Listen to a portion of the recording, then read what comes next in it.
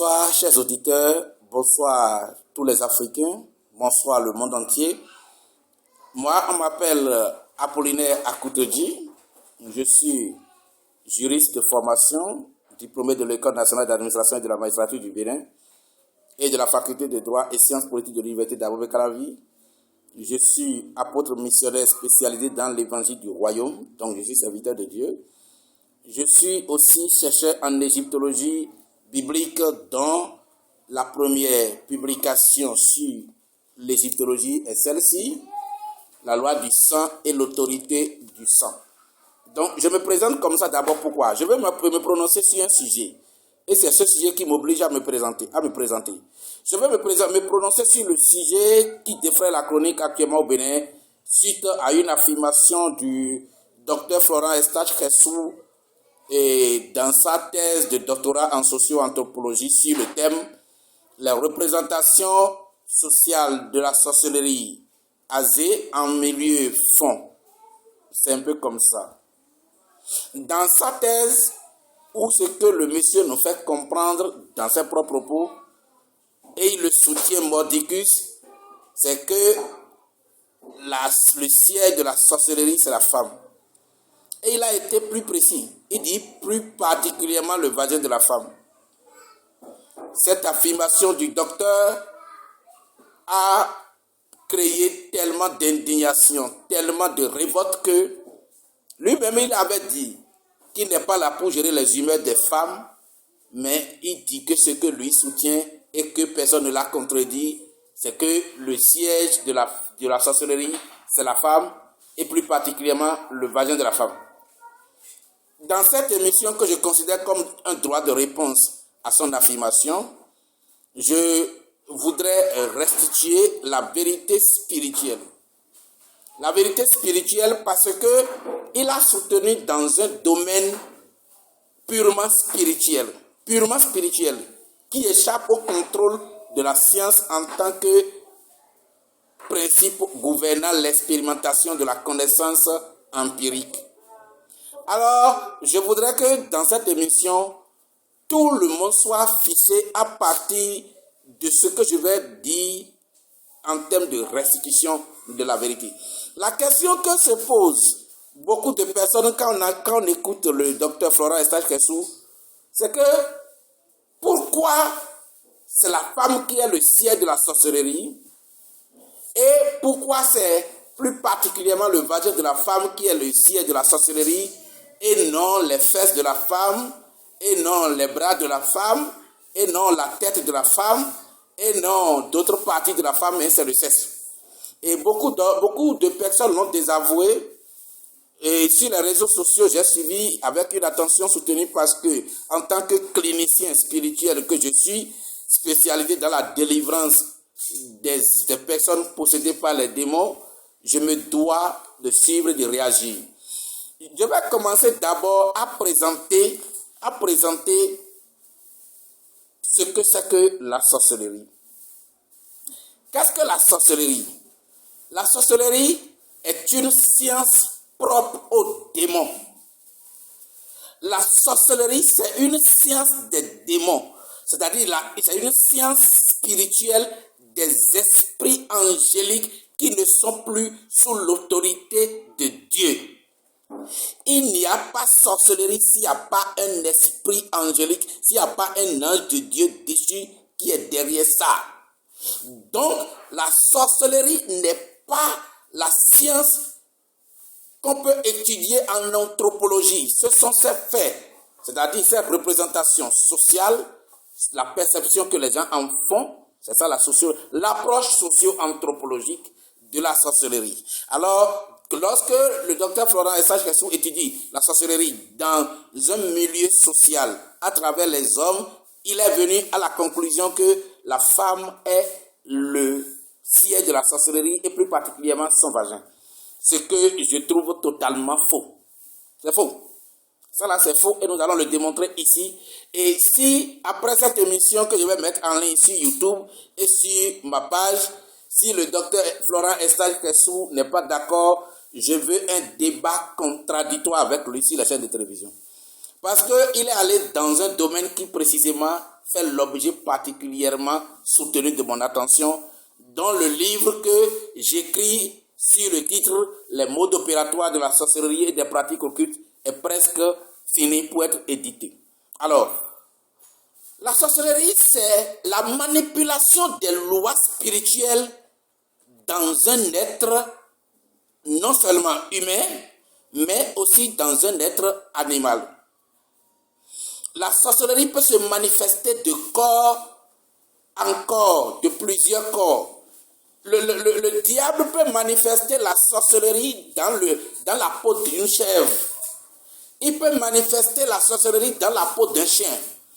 Les démons de sorcellerie peuvent manifester leur action de sorcellerie dans la peau d'un hibou. Il peut manifester la sorcellerie dans la peau de n'importe quelle autre créature.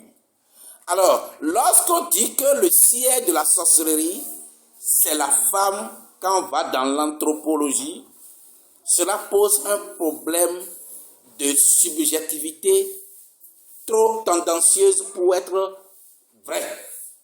Mais lorsque le docteur affirme comme ça, nous devons lui sortir les 7 présupposés ou les 7 non-dits de son affirmation, et parmi les 7 non-dits, il y en a que lui-même il a sorti. Le premier non-dit de son affirmation, c'est que la sorcellerie est innée à la femme. La sorcellerie est innée à la femme. Donc la sorcellerie est l'apanage de la femme depuis sa naissance, puisqu'il a dit que le siège de la sorcellerie c'est la femme, et il a indexé que c'est le vagin de la femme. Alors la femme est sorcière par nature. C'est ce que ça veut dire. Alors, deuxième non-dit de son affirmation, c'est que le sexe féminin est à redouter et à craindre, puisque c'est le siège de la sorcellerie. Et je vous le répète, on ne peut pas étudier la sorcellerie dans son essence si on ne connaît pas le monde des démons, le monde des esprits mauvais qui ne sont pas sous l'autorité de Dieu et qui sont engagés dans la promotion du mal ou d'un ordre contraire à celui de Dieu. Troisième présupposé ou non dit de son affirmation, c'est que les démons de la sorcellerie opèrent à partir du vagin de la femme. C'est ce que ça signifie. Parce que lorsqu'il affirme comme ça, et il dit que personne ne lui a démontré le contraire, et que la Bible même l'a soutenu, ce qui est faux, il faut qu'on lui sorte d'abord les implications syllogistiques de son affirmation pour qu'il sache combien c'est faux, cette affirmation. Alors, quatrième non dit de son affirmation, c'est que le cunnilingus est un moyen de possession démoniaque des hommes qui le pratiquent sur les femmes. Le cunnilingus, c'est le fait pour un homme, lors du rapport sexuel avec la femme, de caresser avec sa langue le vagin de la femme, de sucer le clitoris ou de laper le vagin de la femme. Le docteur a lui-même dit ça, que le cunnilingus, ceux qui la pratiquent, il ne doit plus le pratiquer parce que c'est mauvais. Et il a dit, nous allons directement au 5e présupposé, c'est que le cunnilingus vous fait perdre l'autorité du verbe. 5e présupposé, le cunnilingus, c'est-à-dire l'homme qui pratique cet art du plaisir sexuel, de lécher ou de caresser avec sa langue, le vagin de la femme perd l'autorité du verbe. C'est-à-dire, lorsqu'il parle, ça n'a plus d'autorité. Lorsqu'il dit quelque chose, ça ne s'accomplit plus. Très bien. 6e non-dit sinon 5e, ce 6e non-dit de son affirmation, c'est que toutes les femmes sont sorcières. Parce qu'il a dit dans sa thèse, et c'est dans un domaine de socio-anthropologie, donc société et humain et les hommes, dans la société des hommes. Alors, toutes les femmes sont sorcières, toutes les femmes sont nées sorcières, toutes les femmes sans distinction, qu'elles soient chrétiennes, musulmanes ou ceci, sont nées sorcières. Et 7e non-dit de son affirmation, c'est qu'en dehors de la femme, la sorcellerie ne peut opérer. C'est les 7 non-dits de son affirmation. Et je remercie Madame la présidente de l'Institut de la femme, l'honorable Claudine Prudencio, pour avoir intervenu et fait savoir son indignation et sa désapprobation. Nous allons maintenant rentrer dans le vif du sujet. D'abord, nous allons partir d'un principe ou bien d'un fait. La plupart du temps, les femmes sont désignées comme si elles ont l'apanage de la sorcellerie. Et c'est peut-être à partir de ces éléments ou ces constats que le docteur Florent Esther Kessou a fait cette déduction. Nous allons lire d'abord dans les Saintes Écritures. Parce que vous voulez connaître le monde des démons, vous devez ouvrir les Saintes Écritures. Ceux qui parlent des divinités, des esprits qu'ils adorent et qui n'ouvrent pas la Bible ne peuvent pas connaître le monde des démons. Lisons le livre de Exode chapitre 22. Exode chapitre 22, verset 17. Verset 17. Tu ne laisseras pas vivre une sorcière. Le texte de Exode 22, 17 dit, le Dieu d'Abraham, d'Isaac et de Jacob dit aux Israélites, vous ne laisserez pas vivre une sorcière. Pourquoi il n'a pas dit un sorcier? Il dit, vous ne laisserez pas vivre une sorcière. C'est-à-dire, si en Israël, une femme a la sorcellerie ou pratique la sorcellerie, on doit la tuer. C'est ce que Dieu a recommandé à son peuple qui est à lui. Un peuple lié à Dieu par une alliance en vertu de laquelle Dieu exige qu'une femme sorcière doit être tuée. Mais l'interprétation qu'on va faire de ce texte d'Exode 22, verset 17, c'est que, donc, si c'est un homme sorcier, on va le laisser vivre. C'est ce que ça veut dire. Puisqu'il a dit, ne laissez pas vivre une femme qui pratique la sorcellerie. Mais si c'est un homme qui pratique la sorcellerie, on le laisse? Je dis oui, selon le texte. Et cette stigmatisation sexiste de la femme, en ce qui concerne la sorcellerie, fait penser et précisément fait penser au docteur Florent Esther Kessou que le siège de la sorcellerie, c'est la femme. Non. Ici, je vais vous démontrer pourquoi Dieu a demandé qu'on tue une femme qui pratique la sorcellerie et il n'a pas dit un homme qui pratique la sorcellerie. Vous savez, quand vous prenez l'ordre de Dieu établi pour gouverner la création, la terre, tout ce qui la peuple là, cet ordre est très très clairement défini par Dieu lui-même. Dieu a défini l'ordre suivant lequel la création terrestre doit être gouvernée. Quand un ordre contraire est inspiré aux hommes, cela ne vient pas de Dieu, ça vient des esprits démoniaques. Parce que seuls les esprits démoniaques ont le courage, le culot de promouvoir ce qui est contraire à la volonté de Dieu. Les anges ne le font pas, les démons le font. Alors, pourquoi Dieu a dit ça? Avant qu'on comprenne pourquoi Dieu a indiqué la femme sorcière, lisons d'abord le texte de Nombre 30, versets 4 à 9. Nombre 30, versets 4 à 9. Le texte de Nombre 30, versets 4 à 9. Regardez ce que Dieu dit ici.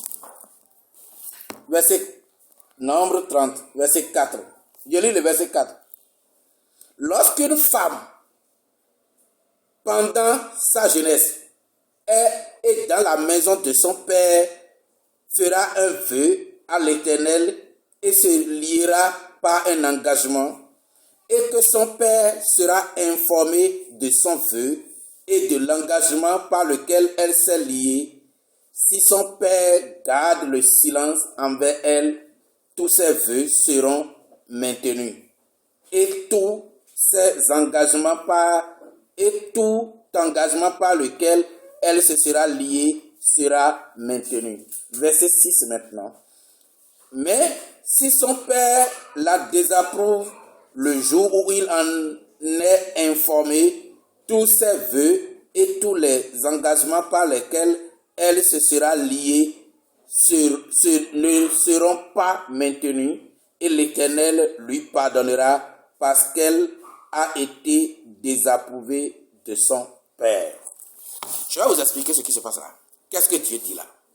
Dieu dit, si une femme, dans la maison de son père, pendant sa jeunesse, c'est-à-dire elle est encore non mariée, si elle prend un engagement ou fait un vœu, ou se fait lier par un engagement, si son père n'est pas informé, c'est-à-dire si elle prend l'engagement à l'insu de son père, le jour où son papa en sera informé, à partir de ce jour, cet engagement aura d'effet et va lier la femme si, en l'apprenant, en apprenant que sa fille a pris un engagement, le père garde le silence.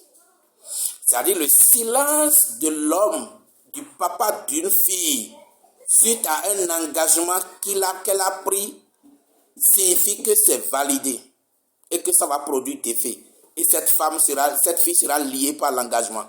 Cela veut dire que le silence de l'homme, du papa, sur un engagement de sa fille vaut approbation. Et le texte a précisé plus loin. Mais si le papa la désapprouve, l'engagement est nul et Dieu ne retient pas. Cela signifie quoi? Supposons qu'une femme, une fille, par peut-être imprudence, se fait enrôler dans la sorcellerie. Et elle est sorcière et son papa ne sait pas. Le jour où son papa apprendra qu'elle a pris l'alliance de sorcellerie et qu'on lui a fait le rituel de sorcellerie, c'est le silence de son papa qui fait que les démons auront autorité sur cette fille. Mais lorsque le papa informé refuse et désapprouve, devant Dieu, les démons n'ont aucune autorité sur cette fille. Parce que celui qui a autorité sur la jeune fille, pour que, je ne parle pas d'autorité simplement politique, du point de vue gouvernant du foyer, je parle de l'autorité spirituelle. C'est le papa. Si le papa dit je désapprouve, la désapprobation du papa signifie que cet engagement ne tient pas. Les démons ne peuvent pas s'en prévaloir. Même Dieu ne peut pas s'en prévaloir. Parce que la femme n'est pas sous l'autorité directe de Dieu. La femme est sous l'autorité de son papa si elle n'est pas mariée. La fille qui n'est pas mariée n'est pas sous l'autorité de Dieu. Même si c'est un engagement pris en faveur de Dieu et que le papa apprend et dit non, le nom du papa s'impose à Dieu au ciel. Faites attention à ce que la Bible dit là.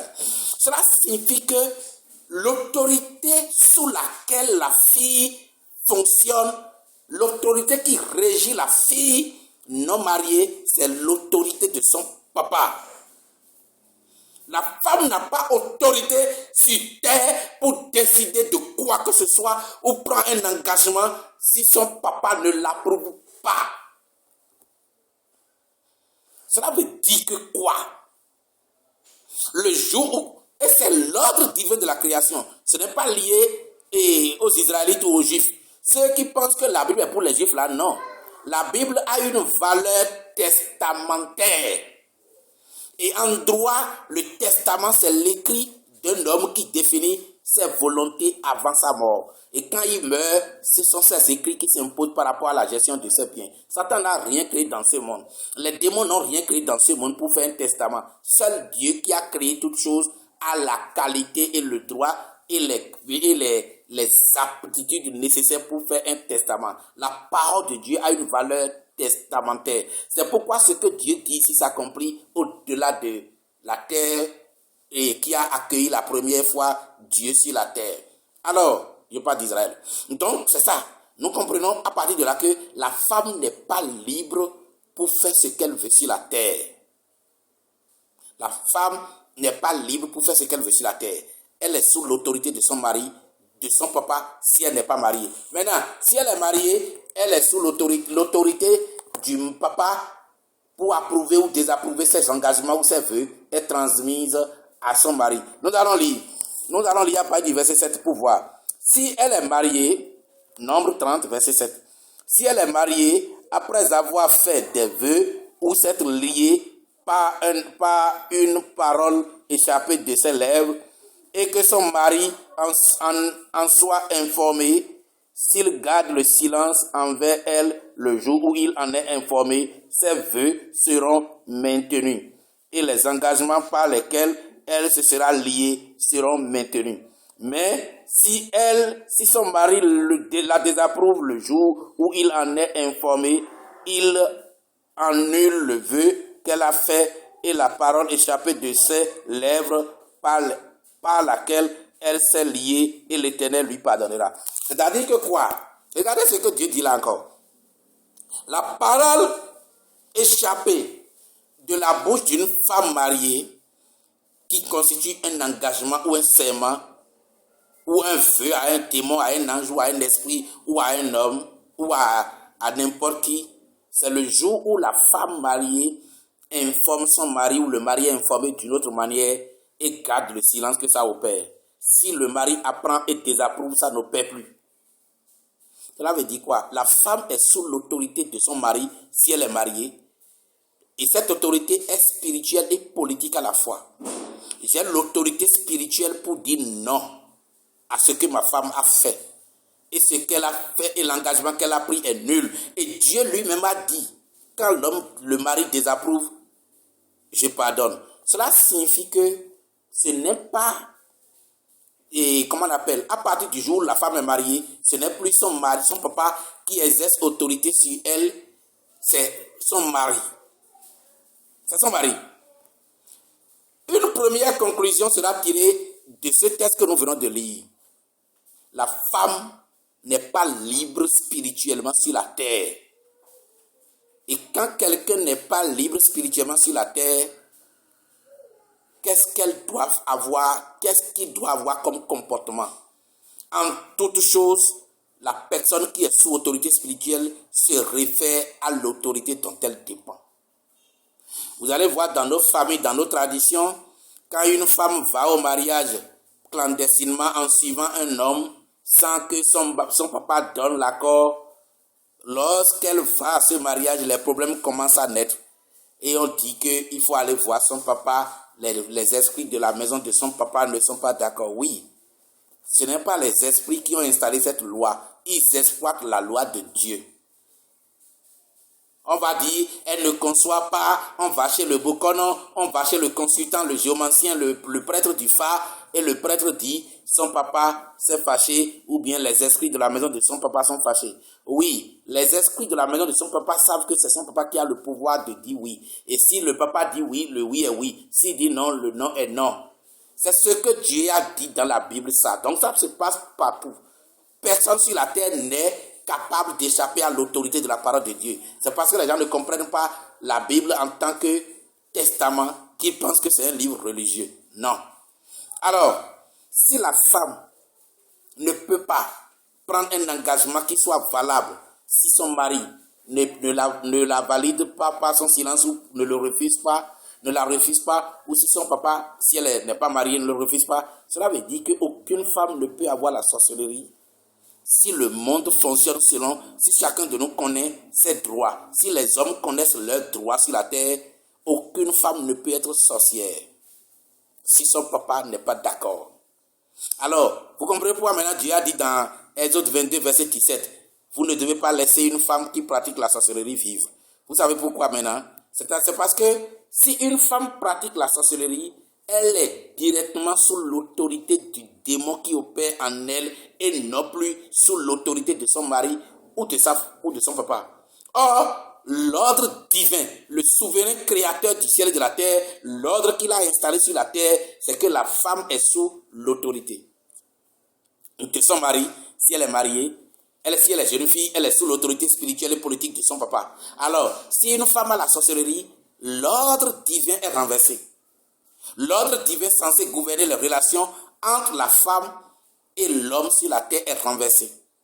C'est de la même façon qu'une femme ne peut pas être prédicatrice de la parole de Dieu. Je règle ce problème parce que ça s'est posé plusieurs fois dans les groupes et j'observe leurs réactions, je ne réagis pas. Une femme ne peut pas être prêtre de l'évangile ou prêtresse de l'évangile. Vous savez pourquoi? Ça renverse l'ordre dit ici. Vous savez, je vais vous expliquer le problème.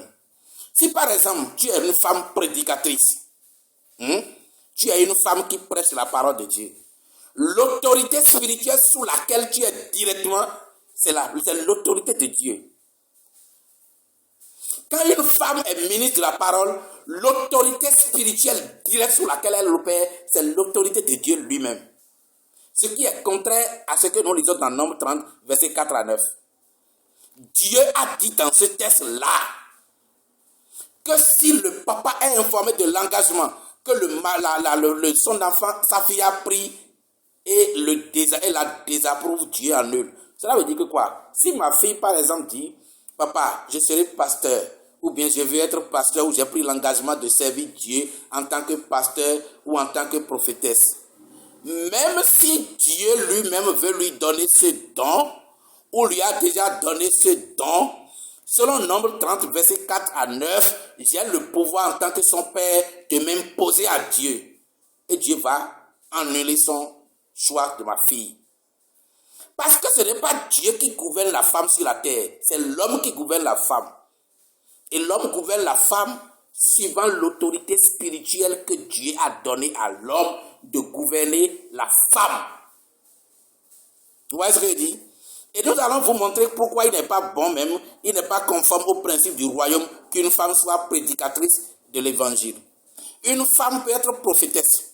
Une femme peut être prophétesse, recevoir les oracles de Dieu et l'annoncer, mais elle ne peut pas être prédicatrice ou pasteur ou apôtre. Parce que si c'est le cas, un premier problème va se poser.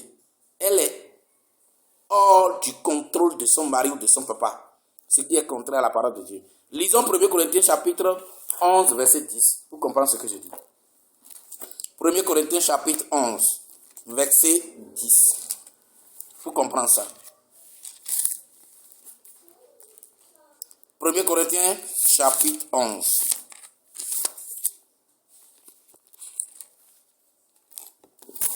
Oui, je suis là. 1 Corinthiens chapitre 11, verset 10. Je lis le verset 10. C'est pourquoi la femme, à cause des anges, doit avoir sur la tête une marque de l'autorité dont elle dépend. Il dit, c'est pourquoi, à cause des anges, la femme doit avoir sur la tête une marque de l'autorité dont elle dépend. Et quand vous lisez les versets 9 et suivants, là, les versets antérieurs au verset 10, là, Paul a dit, l'homme n'est pas créé pour la femme a été créée pour l'homme. Cela signifie que Paul a eu la révélation exacte de l'ordre divin censé gouverner la création. Et un iota de la Bible, Nouveau Testament et Ancien Testament, ne sera révoqué. Jusqu'au jour où Dieu va rendre le dernier jugement par Jésus-Christ. Alors, Dieu dit ici, à travers l'apôtre Paul, à cause des anges, il parle de quelle catégorie d'anges? Les anges déchus qui s'attachent à la femme sur la terre. Et nous rentrons maintenant dans le vif du sujet même de la possession démoniaque des femmes sorcières. Si tu dépends d'une autorité, il faut que tu la montres, il faut que tu montres que tu dépends d'une autorité au démon. C'est ce qui est attendu des femmes chrétiennes. Tu es une femme chrétienne. Tu n'as pas à manquer de respect à ton mari. Parce que il est ton autorité dont tu dépends. Dans le monde invisible, dans le monde des esprits, la femme indépendante d'une autorité est une propriété des démons. Et c'est pourquoi la plupart des femmes possédées par la sirène des eaux ne sont jamais respectueuses de leur mari, ne sont jamais soumises à leur mari. Mais la Bible dit, dans Ephésiens 5, verset 22 souvent, il dit, femmes, soyez soumises en toutes choses à votre mari. En toutes choses. Si toi, femme qui es sorcière, tu dois soumettre ta sorcellerie à ton mari, même s'il n'est pas sorcier. Ce qui pose un problème lorsque nous voyons les femmes possédées ou engagées dans la sorcellerie, ce qui pose un problème de renversement de l'ordre divin. Alors, pourquoi les démons auraient-ils tendance à choisir la femme? Nous l'avons vu. Dans le jardin d'Éden, ce n'est pas vers Adam que Satan est allé, le serpent est allé. Il était allé vers la femme. Et pour ceux qui pensent que c'est rapport sexuel que Satan a fait, le serpent a fait avec la femme, j'ai déjà répondu à ça. Le fruit défendu n'a rien à voir avec le sexe. Ça n'a rien à voir avec le sexe. Et je l'ai dit. Donc, ce n'est pas le sexe que Satan est venu partager avec Ève dans le jardin. Et je peux vous rassurer que la Bible est contre ceux qui soutiennent que le fruit défendu, c'est le rapport sexuel. En attendant que vous ayez lire ça écouter ça dans ma vidéo sur le fruit défendu, je vous lis Genèse chapitre 2, versets 16 à 18. L'Éternel Dieu dit, l'Éternel Dieu donna ce commandement à l'homme. Tu pourras manger de tous les arbres du jardin, mais tu ne mangeras pas de l'arbre de la connaissance du bien et du mal, car le jour où tu en mangeras, tu mourras. L'Éternel Dieu dit, il n'est pas bon que l'homme soit seul. Je lui ferai une aide qui sera son vis-à-vis. C'est-à-dire que quoi? Quand vous prenez ce texte, pour ceux qui lisent mal les Saintes Écritures, là, Adam était encore seul quand Dieu lui a donné le commandement de ne pas manger du fruit de l'arbre de la connaissance du bien et du mal. C'est-à-dire un fruit qui a une valeur, qui a une vertu initiatique. Je vais vous le dire tout à l'heure. Alors, Adam n'était pas encore secondé par Ève quand Dieu lui a donné le commandement. Et Dieu lui a dit, le jour où tu en mangeras, tu mourras. Adam, après avoir mangé, a vécu 930 ans. Or, Dieu lui a dit, le jour où tu en mangeras, tu mourras. Et quand vous prenez la Bible grecque, dans la traduction originale, le mot mourra est traduit par thanatos, c'est-à-dire la mort spirituelle, la vraie et unique mort qui existe sur la terre. Puisque jusque-là, personne n'est encore mort. Depuis Adam jusqu'à aujourd'hui, personne n'est encore mort. Qu'est-ce qui se passe? Les gens abandonnent leur enveloppe terrestre pour rester dans le monde spirituel, dans le monde des esprits, en attendant le jugement. Parce que l'homme est esprit encastré dans un corps. Alors, Dieu lui a dit, je lui ferai une aide qui soit son vis-à-vis, à un moment où il lui a déjà donné le commandement de ne pas manger. Ce qui signifie que Adam pouvait manger le fruit sans Ève. Adam pouvait manger le fruit sans Ève. Sans Ève. Sans Ève. Lorsque nous savons que Adam pouvait manger le fruit sans Ève, cela signifie simplement que ce fruit est réel et végétal. Même si Ève n'était plus créée, le commandement pouvait être transgressé par Adam parce que Dieu lui a donné le commandement avant d'avoir créé la femme. Il était seul. Donc, ça n'a rien à voir avec le sexe féminin. Nous commençons à régler le problème là. Et je vais vous régler maintenant le problème de pourquoi dans beaucoup de spiritualités négro-africaines, la femme est au centre, comme on le dit chez nous, Minona. Quand on dit Minona chez nous, ça veut dire la femme reine-mère. C'est elle qui domine à la sorcellerie, c'est elle qui préside les réunions de sorcellerie, c'est elle qui dirige les cultes démoniaques. Mais ça n'a rien d'étonnant. La première fois que Satan a voulu opérer contre l'ordre de Dieu, c'est vers la femme qu'il est allé. Si Satan choisit la femme, c'est normal que ceux qui adorent Satan ou ceux qui se sont engagés dans la rébellion contre l'ordre de Dieu en suivant la mutinerie de Satan, c'est normal qu'eux aussi, ils promeuvent un ordre contraire à celui de Dieu. C'est clair. La personne dit, j'ai créé la femme sous l'autorité de l'homme. Vous installez la femme en Minona. Parce que vous adorez Satan, vous adorez les démons, vous adorez les mauvais esprits. Et ils se sont déjà engagés dans cet ordre-là, dans le jardin d'Éden, par le diable lui-même. Il est allé vers la femme pour pousser la femme à se révolter contre l'ordre de Dieu, pour échapper à l'autorité de Dieu et tomber sous son autorité à lui, Satan.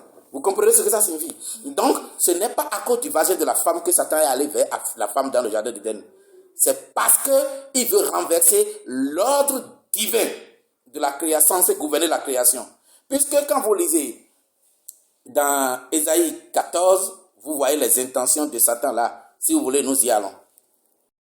Lorsque vous prenez le sexe de la femme, ça n'a rien à voir avec le fruit défendu. Il y a beaucoup qui ont dit ça, même le pasteur Gédéon de la Cheshuvah de la Côte d'Ivoire, ils ont fait des affirmations comme ça. J'ai réglé ce problème. Le fruit défendu est réel. C'est un fruit aux vertus initiatiques. Alors, pourquoi alors Satan est allé vers la femme? Nous l'avons dit tout à l'heure. C'est parce qu'il veut renverser l'ordre de Dieu. Il veut s'asseoir à la place de Dieu. Il ne peut pas promouvoir l'ordre de Dieu. Quand vous lisez Isaïe 14, vous allez voir. Il dit, je m'assierai au sommet de la montagne, au sommet des nuits. Satan veut s'asseoir à la place de Dieu. C'est normal qu'il promeuve ce qui est contraire à l'ordre de Dieu. Et toute personne qui donne la sorcellerie à la femme fait la promotion de l'ordre contraire à celui de Dieu. D'un ordre contraire à celui de Dieu. Alors, après avoir jeté son dévolu sur la femme dans le jardin d'Éden, Satan a poussé maintenant les démons à aller vers les filles des hommes pour avoir des rapports sexuels avec eux. Nous allons voir ça. Pour avoir une famille sur la terre. Nous allons voir ça dans Genèse chapitre 6. Genèse chapitre 6.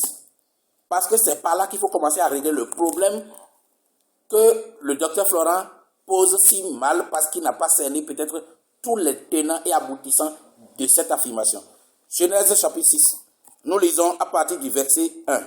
Lorsque les hommes eurent commencé à se multiplier à la surface de la terre et que des filles leur furent nées, les fils de Dieu virent que les filles des hommes étaient belles, et ce fut parmi elles, qui choisirent leurs femmes. Alors l'Éternel dit, mon esprit ne restera pas toujours dans l'homme, car celui-ci n'est que chair, et ses jours seront 220 ans. C'est-à-dire que quoi? Après avoir conduit Ève dans la désobéissance pour entraîner après son mari dans la désobéissance, et les chasser de l'autorité de Dieu, Satan maintenant a voulu installer sa propre famille. Et il voit qu'il a besoin simplement d'avoir ses propres enfants sur la terre. Et les anges dont nous avons parlé, c'est des anges qui aiment détourner les femmes de l'autorité des hommes. Qu'est-ce que ces anges ont fait? Ils ont pris corps humain, comme femme, comme homme, avec pénis. Ils ont commencé à coucher avec les filles. Je vais vous poser une question.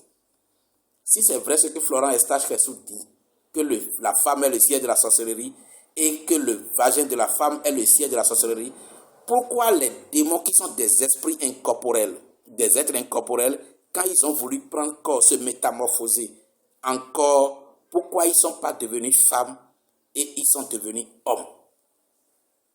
La question doit être posée. Parce que le diable ne vous permet pas de réfléchir profondément. Pourquoi les démons, quand ils sont venus sur la terre, ils ont vu, la terre c'est un royaume riche, nous allons prendre possession de ça. Pourquoi ils ne sont pas allés prendre corps d'une femme pour devenir femme avec vagin, mais ils sont devenus hommes avec pénis? Ils savent ce qu'ils ont fait. Ils savent qu'il faut une autorité spirituelle pour diriger la femme. Et selon l'ordre divin, cette autorité, c'est l'homme. Alors, eux, ils veulent maintenant prendre l'autorité de l'homme, voler l'autorité de l'homme pour diriger les filles et en faire l'instrument pour installer leur famille hybride. Parce que l'objectif des démons était de gouverner toute la terre. On les appelle les géants de l'Antiquité. Vous ne verrez aucune femme ou aucun homme dedans. Ce sont les enfants nés de ces unions anormales entre les anges démoniaques et les filles des hommes qui ont été les puissants. Parce qu'ils voulaient effectivement s'approprier toute la terre. Ils ont développé leur connaissance entre eux, ces démons entre eux.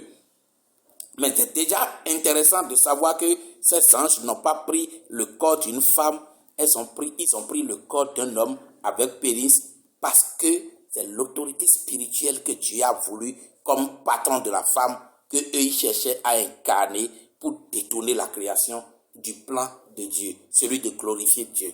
Alors, si nous avons déjà compris ça comme ça, c'est déjà bon. C'est déjà bon. Aucun démon n'accepte d'être une femme. Aucun démon n'accepte d'être une femme. Parce qu'elles savent que quand tu es femme, tu es sous autorité spirituelle. Quand tu es femme, tu es sous commandement d'un chef. C'est l'ordre de Dieu, immuable. C'est pourquoi vous devez cesser de dire que la femme est le siège de la sorcellerie et que le vagin de la femme est précisément le siège. Non. Les démons avaient besoin du vagin de la femme pour avoir d'enfants. Et leur race existe sur la terre jusqu'à aujourd'hui. Ce sont eux qu'on appelle la race aryenne. A-R-Y-E-2-N-E. Ou la race reptilienne. La race des reptiliens. Ce sont eux. ils existent comme des hommes sur la terre, mais ils ne sont pas des hommes normaux comme nous. C'est des êtres surnaturels qui ont pris le corps. Et dans leur groupe, ils ne laissent aucune femme commander. Comprenez ça? Ils ne laissent aucune femme commander. Alors, pourquoi chez nous, nous avons installé le culte de Minona? Le culte de Minona est installé par la sirène des eaux. Et pourquoi? Il faut cette race de femmes pour briser l'autorité spirituelle des hommes. Ce n'est que pour ça. Ce n'est que pour ça. Et c'est peut-être là où le docteur Florent Eustache-Kessou a voulu centraliser les conclusions de son étude anthropologique, socio-anthropologique de la sorcellerie. Les démons ne deviennent pas femmes, mais ils créent une race de femmes arrogantes, c'est-à-dire rebelles à l'autorité de l'homme. Ce sont ces femmes qu'on appelle les femmes qui ont des maris de nuit.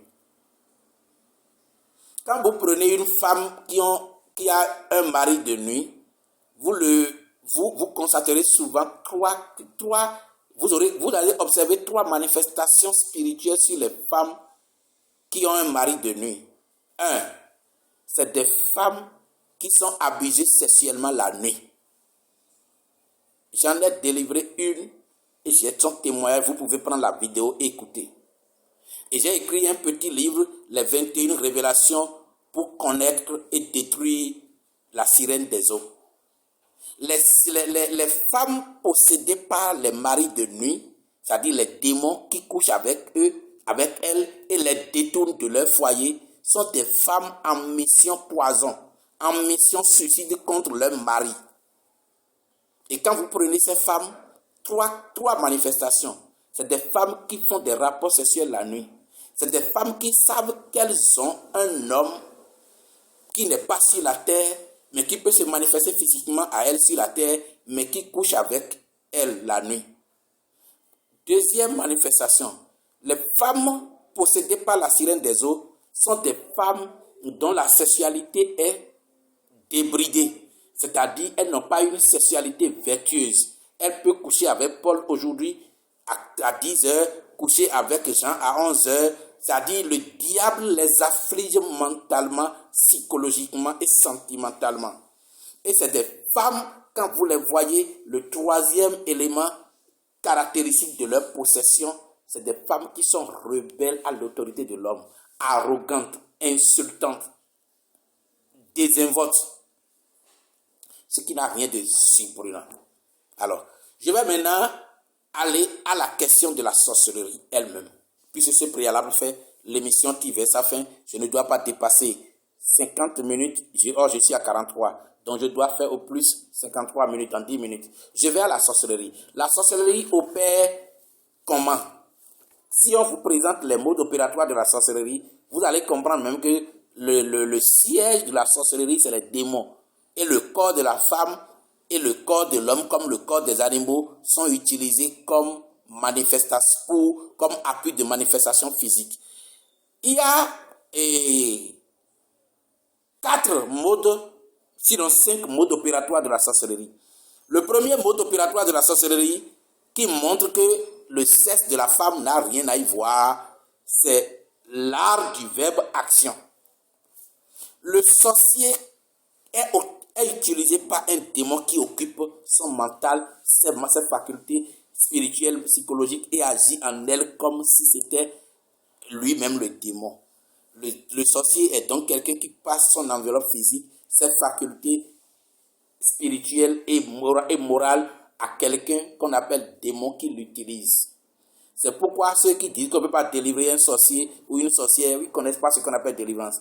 On peut bien délivrer une sorcière, un sorcier, et il ne pourra plus jamais être possédé. Parce que la possession, c'est l'utilisation de l'enveloppe par un étranger. Si on le sort de votre vie, c'est fini. Les gens disent non, c'est dans le sang. Aucune sorcellerie n'est dans le sang. C'est les démons qui viennent habiter dans votre corps et on vous dit, et ils vous utilisent, et ils développent des facultés surnaturelles telles que la mutation du corps et autres là, et on dit que vous êtes sorcier. L'art du verbe action. Le sorcier a pour principal secret le verbe.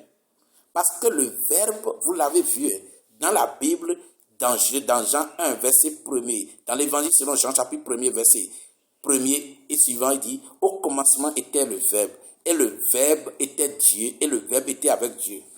Il n'a pas dit ça par rapport aux chrétiens, il n'a pas dit ça par rapport à quelqu'un, c'est de façon générale. Le verbe est Dieu. Le verbe a les attributs de la divinité. Si quelqu'un sait utiliser le verbe, il va opérer suivant les lois surnaturelles.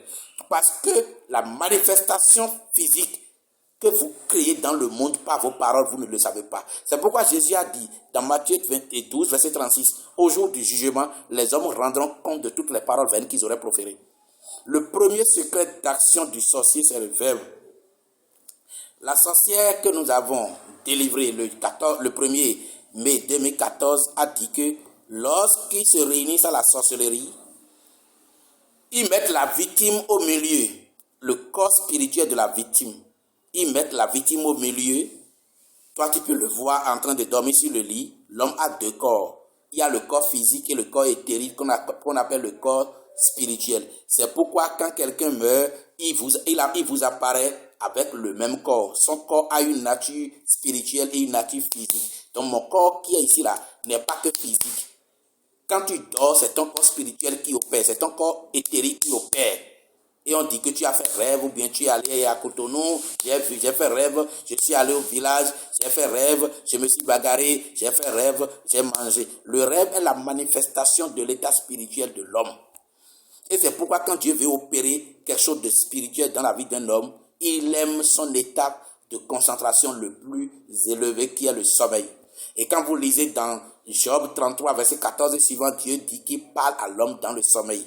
Donc, la sorcellerie n'est pas une particularité féminine ou une particularité vaginale. La sorcellerie, c'est la manifestation des esprits suivant les lois supranaturelles qu'on appelle les lois spirituelles qui sont au-dessus des lois physiques. Alors, premier mode d'action de la sorcellerie, c'est le verbe. Le sorcier, quand il dit, il sait que ça va se passer. Parce que le verbe est oint. C'est vous qui ne comprenez pas ça, même la Bible est claire dessus. Deuxième mode opératoire de la sorcellerie, l'art du contrôle psychique ou mental de la victime. Le sorcier contrôle ses victimes. Et quand vous lisez les documents de la théosophe Elena Petrovna Blavatsky, la célèbre sorcière russe, si vous lisez ces documents, vous comprendrez que la sorcellerie s'en prend aux femmes simplement parce que le diable aime promouvoir ce qui est contraire à Dieu. Blavatsky a expliqué que la sorcellerie, c'est une science de commandement des esprits et l'opération suivant les lois propres à ces esprits. Or, les esprits opèrent selon les lois spirituelles. Nous, on opère selon les lois physiques. Les esprits n'ont pas besoin d'attendre 1 an avant d'avoir d'enfants. Ils n'ont pas besoin de ça parce qu'ils ne sont pas soumis à la loi du corps. Mais nous, on est soumis à la loi du corps. C'est pourquoi ils viennent utiliser cette faiblesse. Dans la limitation spirituelle de l'homme, il y a le corps, cette enveloppe. Donc, quand ça dit par exemple que quand ils sont sous la mer, la fille qui a été délivrée le 1er mai 2014 dans mon ministère, elle a dit que sous la mer, quand ils tombent enceintes en tant que serpent, un mois, jour pour jour, ils accouchent. Il a dit pourquoi c'est 1 mois et non 9 mois. Mais donc, là-bas, on a besoin d'ouvriers. Et il faut vite multiplier les serpents. Et que sous la mer, ils travaillent tous comme serpents.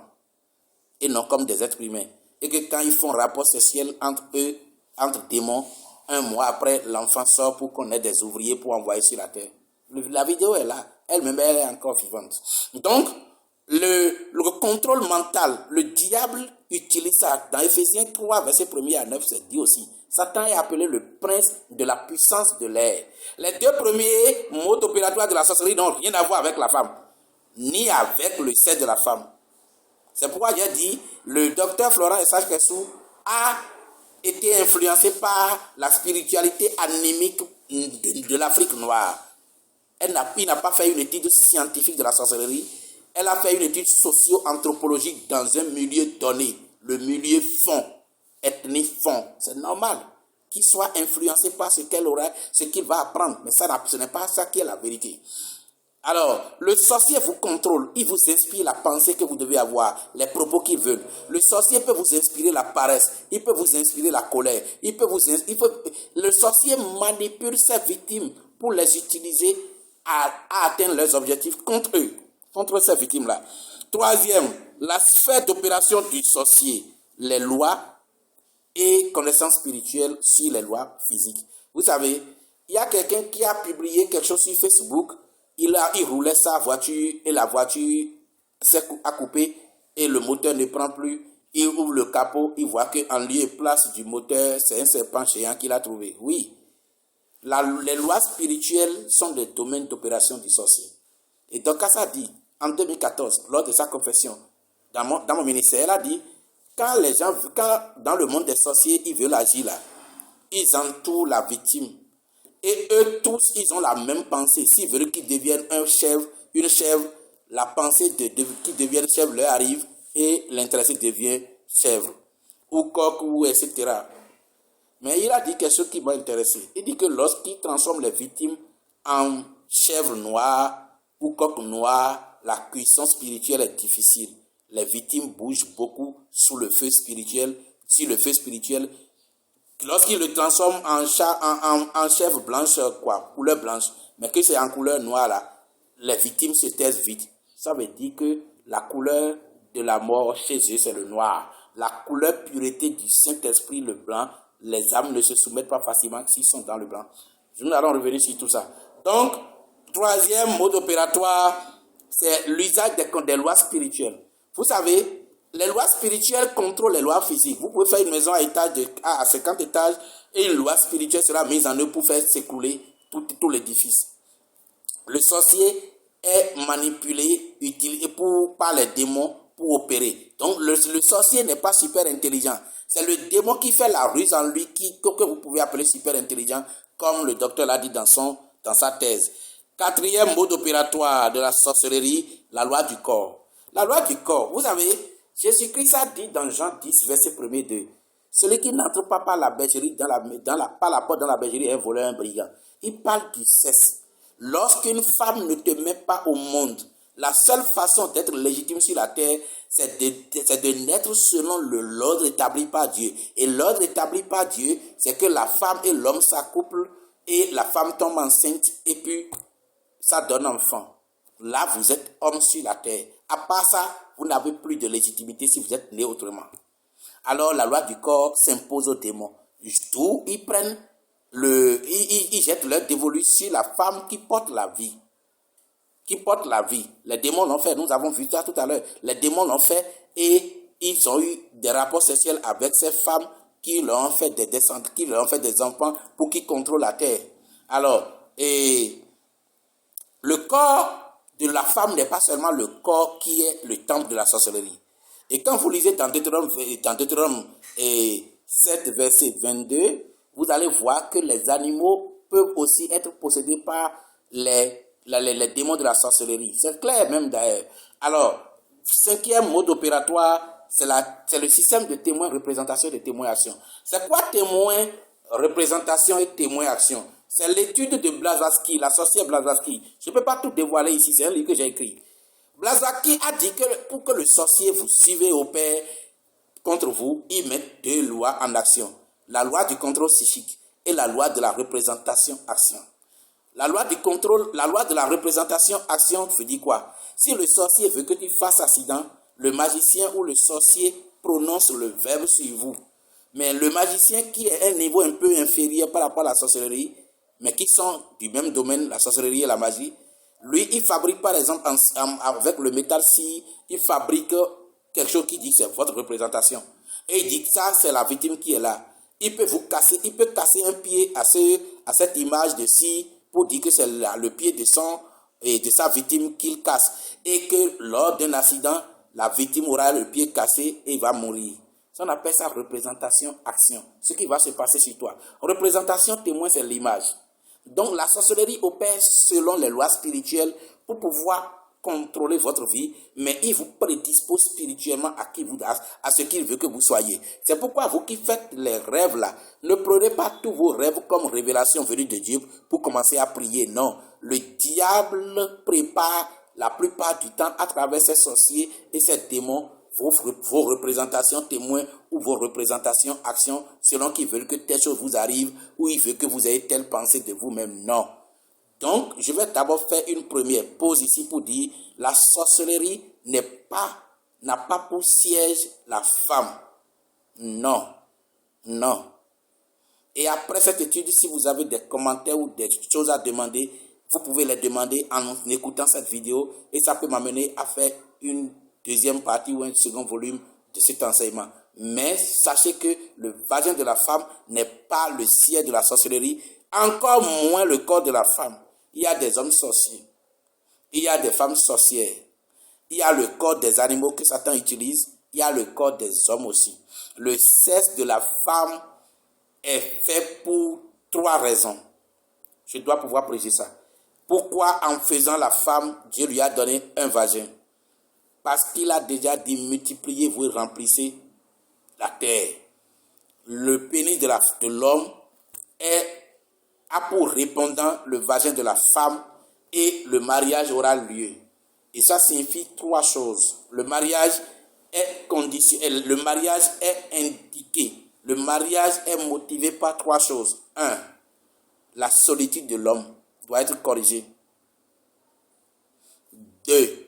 La procréation. 3. L'assistance pour gouverner la terre. Ça n'a rien de démoniaque le sexe de la femme. Et vous qui dites, vous qui avez pris, et peut-être ce que le docteur Florent Essa-Fessou a dit, comme vérité, vous vous trompez. Le sexe de la femme, c'est pour donner la vie, c'est pour donner le plaisir, c'est pour déstresser, c'est pour permettre à l'homme et à la femme de vivre heureux parce que le sexe a une valeur, a une vertu thérapeutique et non sorcière. Je le dis et je le répète. Que le Seigneur vous bénisse. Visionnez et partagez massivement cette vidéo pour que la vérité soit comprise.